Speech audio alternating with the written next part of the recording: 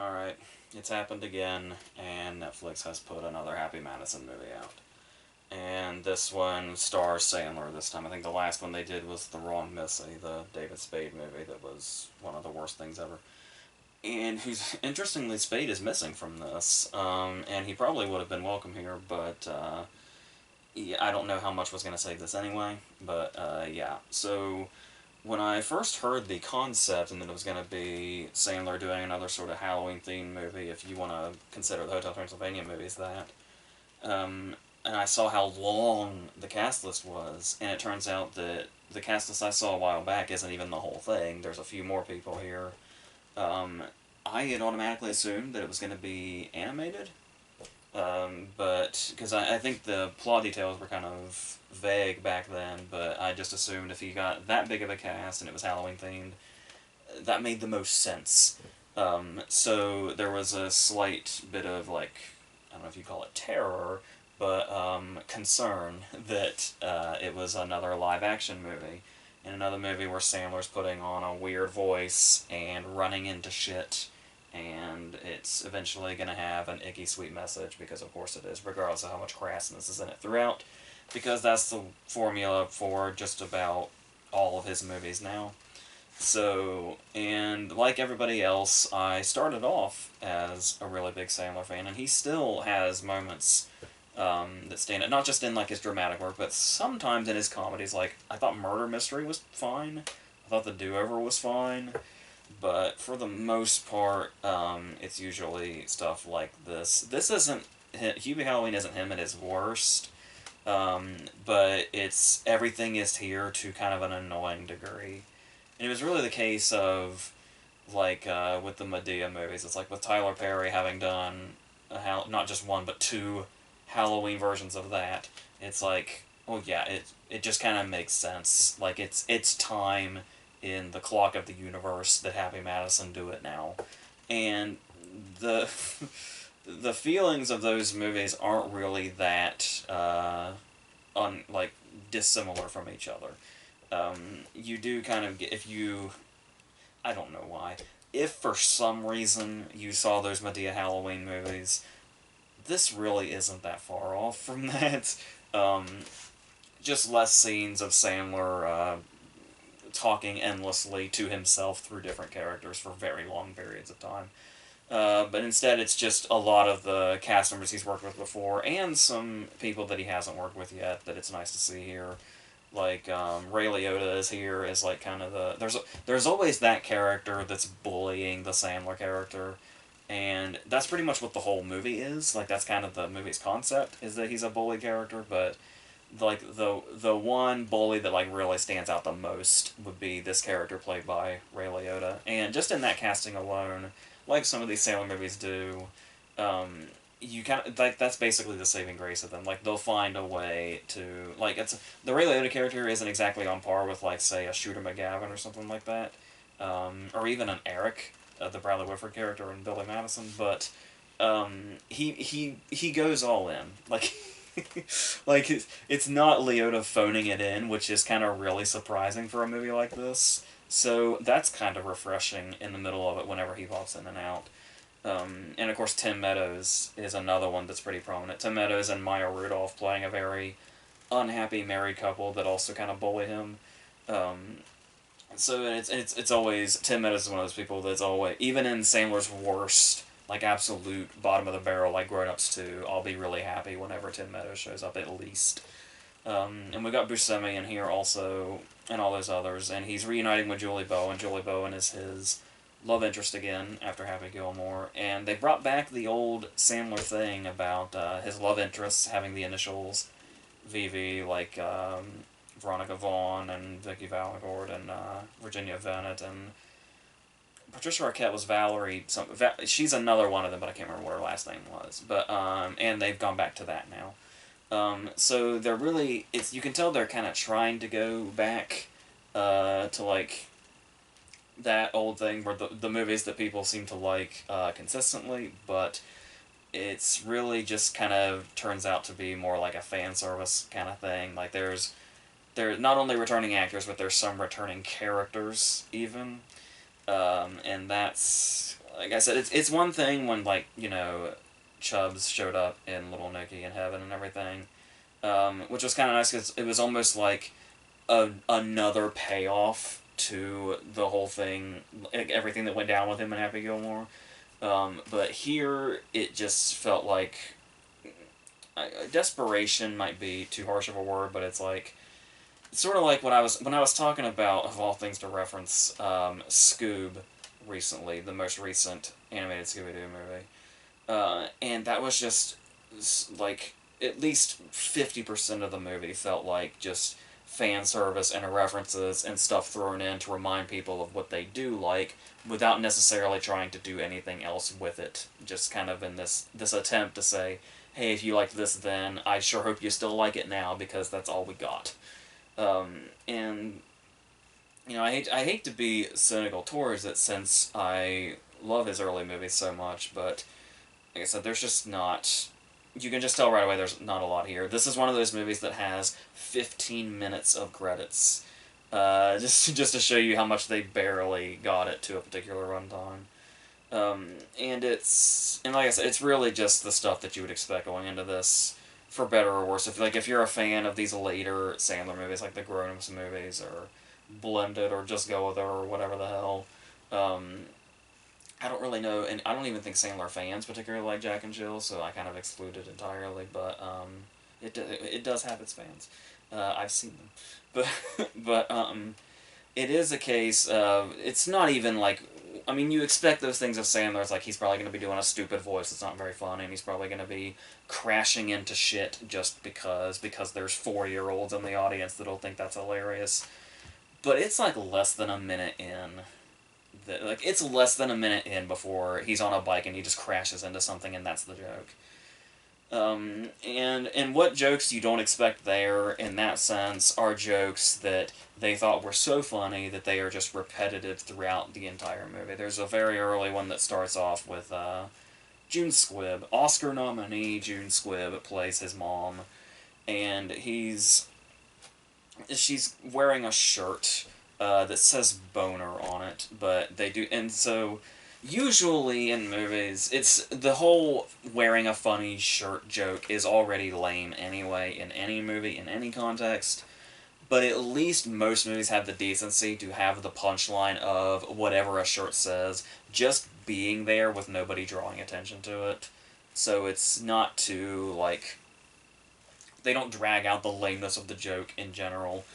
But, of course, because this is a Sandler movie, he's got to draw attention to it, and they've got to have a whole boner conversation for, like, the next few minutes. And as if that doesn't already drag out a joke that didn't really work to begin with, this is one of the many things in this movie that becomes a running joke.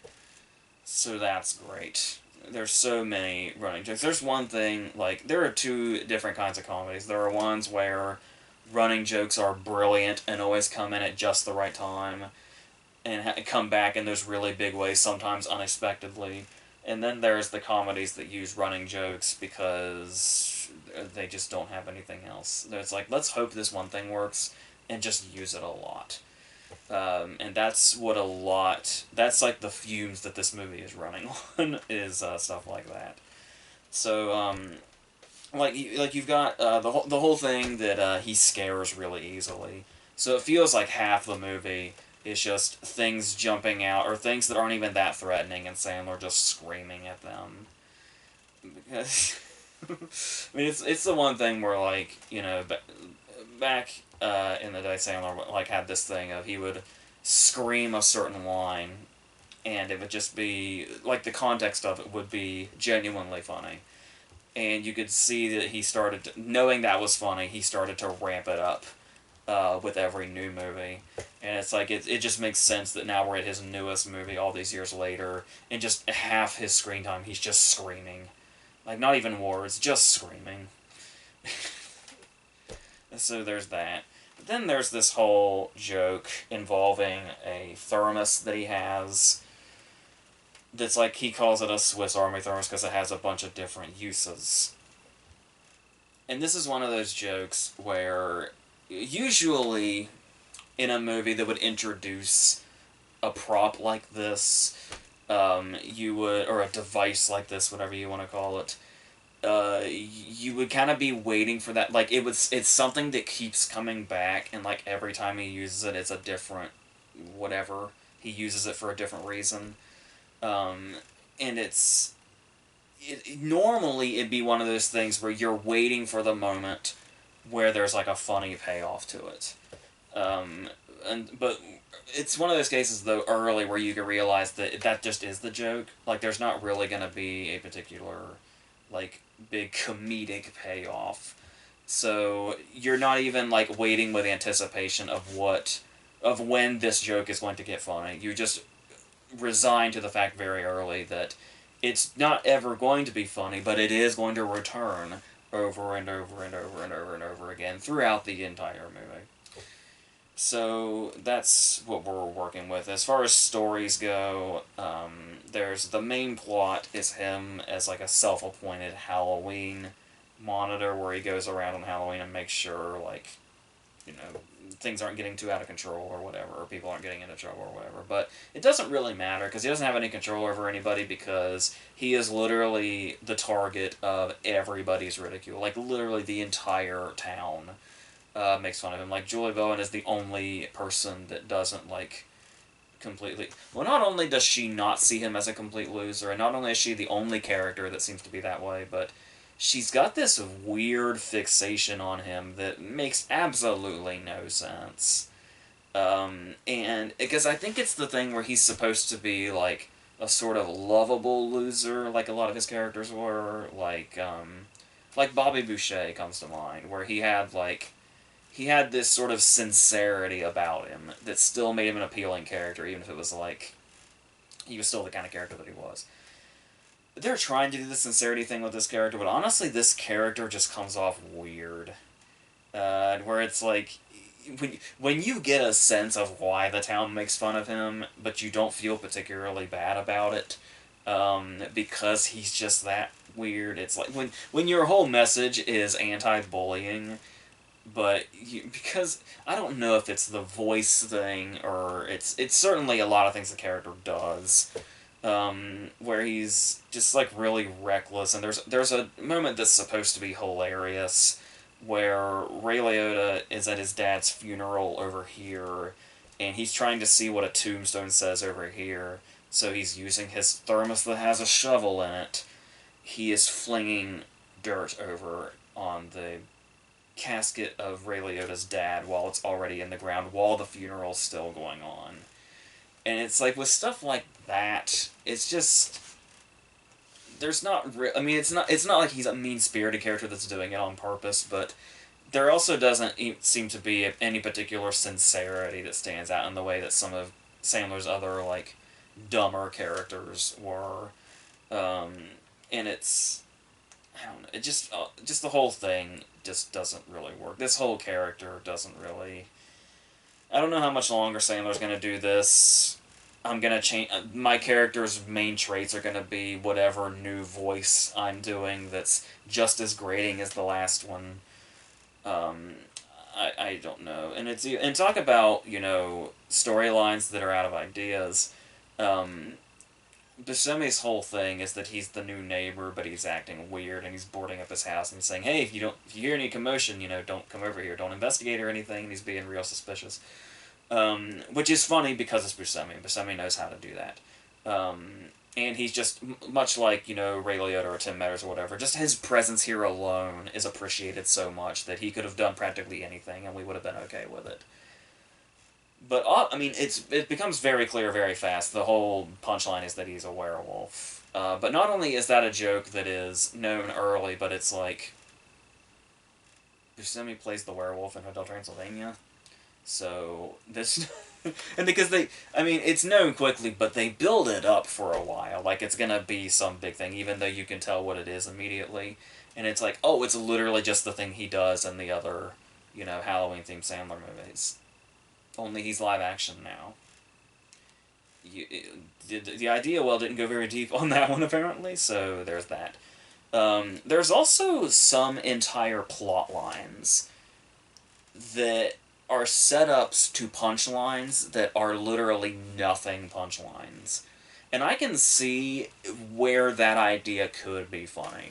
Where if you seem to be setting up something the whole time and then it's literally just like something very mundane or something easily solvable just at the very last minute, it turns out. I could see where that idea would be funny, but to center like whole plot lines around like the whole thing starts like the opening scene is this whole plot line where somebody escapes from an asylum, and they've apparently got revenge on their mind for one reason or another, and we get Michael Myers shots of this person who's unseen for a while, and their reveal is very underwhelming, by the way. Uh, you and they're stalking around, and they're obviously looking around, and it's really really built up, and the whole this is most of the like this plot line goes for most of the movie, and then the final reveal is just a nothing punchline that just goes nowhere. And there's a lot of that. There's a lot of branch off stories that just go nowhere. Like, I can get a sense why Sandler might really have loved doing this movie and will love this movie because it's like a full on family affair for him because his wife's in it and his daughters are in it. And one of his daughters seems like she's going to be kind of a major character, which, like everything else, only goes so far and then just kind of just goes off and doesn't really go anywhere. And then that kind of branches off into another thing where she has a brother that has a potential love story because nothing else. Because who gives a fuck?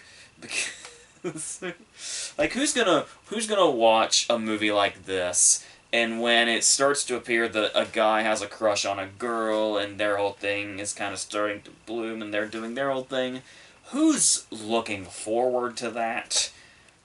That is here just for filler. Every fucking buddy knows that. Even the demographic for, like, the age of the characters know that that's why it's here. For fucking filler. That's it. So, you have to deal with that bullshit whenever it comes in, when nothing else in the movie's really more interesting or anything, but whatever. It's really just a matter of seeing which cameo is going to show up next, like most Sandler movies pretty much go. There is a case where, as far as Shaq being in this, which I'm sure is known at this point, which I'm sure after Grown Ups 2, he's pretty much gonna be a Sandler regular. The interesting thing about Shaq being in this and that whole thing about how long big setups for nothing punchlines. Then there's the thing that Shaq is doing, his little portion of the movie, and that's a punchline without what's weird about it and what sucks about it is that it's the punchline to a joke we don't realize is being set up, which could be very clever because there's something throughout the movie that's just there and we're barely paying attention to it and we don't even realize until we see Shaq for the first time that that was even setting up a joke. But the trouble is that once Shaq is revealed, like that is the like Shaq being revealed is the punchline. But now that Shaq is here, we have to have a big scene where we use him. But that's the thing is the scene starts with his reveal, which is the punchline. So everything after Shaq being revealed, we are past the punchline. And you can just imagine how more and more excruciating that gets the more it goes on and the farther away we get from the original punchline. And they try to double down on the punchline, but they just end up embarrassing themselves. So that's pretty much what this is. It's going through that whole thing, and it's him being bullied by all the townspeople, and they play pranks on him and shit. They're constantly pelting him with shit. And then eventually it gets all icky sweet, and it ends up being a story about anti-bullying and stuff like that. Which anti-bullying is a nice message to go for, but the messages in movies like this just don't land. Like, you know they're just there because we need an ending, and they think they're doing something that's, like, really, sincere or whatever, but after everything else we've seen, it just feels so empty. It's basically like the very end of a Full House episode when the music comes in and stuff like that. Just that at the end of a movie with all this stuff in it, with multiple shit jokes, with multiple boner jokes, and all that stuff. But it did make me wonder, with the way Sandler has been very self-deprecating in like real life when it comes to the critical reception that his comedies tend to get.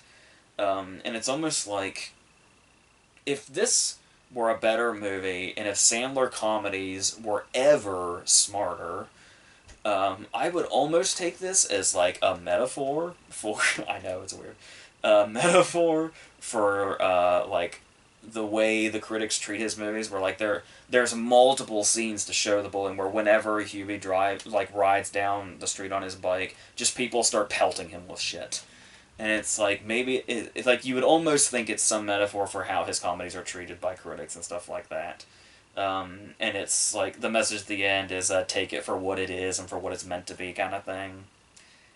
Like I said, I don't think that's what it actually is, but if that's somewhat what he was going for, maybe there could have actually been something that felt a bit more sincere at the end of this, if it seemed to be coming from anywhere. It's not really. So that's basically all that really is. So, and it would be even funnier if that were the case, because it would literally be his last movie was the movie that got him the reviews of his life. So, it would be so like if we're focusing on like the reception that his comedy specifically get, maybe you can take it as that, and maybe it might make the movie better. But because the laughs aren't really here, so but obviously that's just a subjective thing. I'm sure there will be people that are less discriminatory, and there's still people that love everything that Sandler puts out, just the way a lot of us loved Sandler's movies when they first started, like everything from Billy Madison to probably 50 First Dates, somewhere in there. And then post 50 First Dates is when it kind of started to consistently get sort of not so great, like when Chuck and Larry came in and stuff like that. Like by the time Chuck and Larry came in, I was kind of done with this stuff, but I know he's still kept his fan base. There's still like there's some new people that came in, and of course he's got kids that weren't born yet when we were on the pre 50 First Dates side that are now fans of his and probably know these current movies better than his other movies, depending on how whatever their parents showed them. I don't know, but anyway, that's about as far as I can go with Sandler's analysis of Sandler's comedies. So that's what it is. It's probably pretty much exactly what you're expecting it to be, though not near as bad as some of his worst, but certainly by no means that great at all. It's still the same lazy bullshit, the same lazy jokes, the same lazy cameos. All that stuff. Kevin James is in here. Kevin James and Kenan Thompson are comics. Kenan kind of gets some funny moments here and there, just by the way he reacts to shit or whatever. So yeah, but overall, that's all this is. So there it is. It's seasonal. I mean, I suppose if you're, I suppose that's something I can say, because it's like there are movies like that where it's nice to just kind of be put in the mood of the upcoming holiday, whichever holiday that may be. Which is just nice in general. And if you're like me and you just kind of bask in the whole Halloween thing pretty much through the entire month, it's got that feel to it. Like there's constant Halloween shit around. It's nice seeing the shots where he goes down the street and just everybody's like in a costume and decorations are going on out and stuff like that. So that's a nice thing to get you in like the mood of this time of the year, but it's just another fucking Netflix Sandler movie. It's kind of its own new era. There's the good Sandler movies, there's the shitty Sandler movies, then there's the Sandler Netflix era, which is mostly shitty, but it has like a one or two that kind of stick out. And obviously we're not including like the Baumbach movie, the Meyerowitz stories, or anything like that. Yeah, so that's pretty much what's going on here, as you probably totally suspect. So the next thing we're going to do is we're going to go into more Stephen King stuff, more versus videos with my brother, more reviews and all that stuff. Trial of Chicago 7 comes out on the 16th, so there's that. And whatever else there is. But it's mostly going to stick with this horror theme, so until all that stuff, I think that's it.